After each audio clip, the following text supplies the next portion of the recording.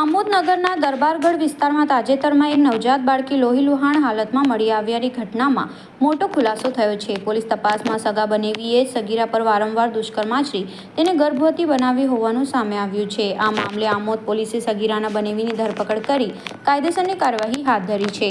આમોદનગરમાં 4 August સોમવારે બપોરના સમયે દરબારગઢ વિસ્તારમાં આવેલી મકાનની પાછળની ગલીમાં લોહીલુહાણ હાલતમાં નવજાત બાળકી મળી આવી હતી। કોઈ અજાણી વ્યક્તિ તે બાળકીને ત્યાં મૂકીને ફરાર થઈ હોવાની જાણ ત્યાં રહેતા ભાડુઆતોએ મકાન માલિક તથા આસપાસના રહીશોને કરી હતી। આમોદ પોલીસના પીઆઈ રાજેશ કરમટિયા તેમના સ્ટાફ સાથે સ્થળ પર દોડી આવી બાળકીનો કબજો મેળવી પ્રથમ આમોદ આરોગ્ય કેન્દ્ર ખાતે સારવાર માટે ખસેડવામાં આવી હતી। બાળકીની હાલત નાજુક જણાતા તત્કાલિક ભરૂચ સિવિલ હોસ્પિટલમાં ખસેડવામાં આવી હતી। પોલીસે તે વિસ્તારના સીસીટીવી ફૂટેજ અને સ્થાનિક આરોગ્ય કેન્દ્રો તથા દવાખાનાઓમાં પૂછતાછ અને તપાસ હાથ ધરી હતી।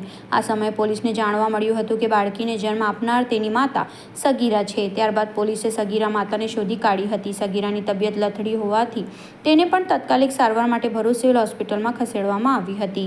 આ કેસમાં પોલીસે સગીરાનું નિવેદન લેતા ચોંકાવનારો ખુલાસો થયો હતો।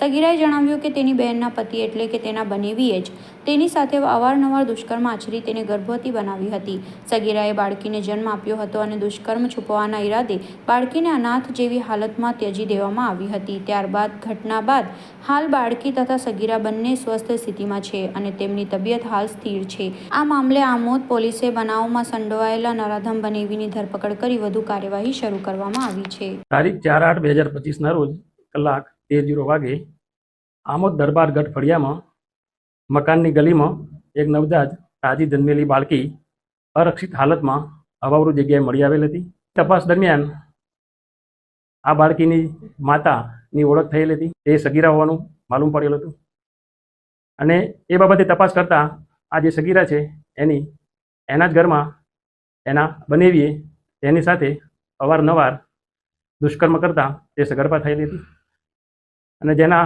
અનુસંધાને તેને બાળકીને જન્મ આપતા એ ત્યજી દીધેલી હતી અને આ ગુનામાં જે તોમતદાર સંડોવાયેલ છે એની આ ગુનાના કામે ધરપકડ કરવામાં આવેલ છે અને આગળની તપાસ આમોદના પોલીસ ઇન્સ્પેક્ટર શ્રી ચલાવી રહેલ છે।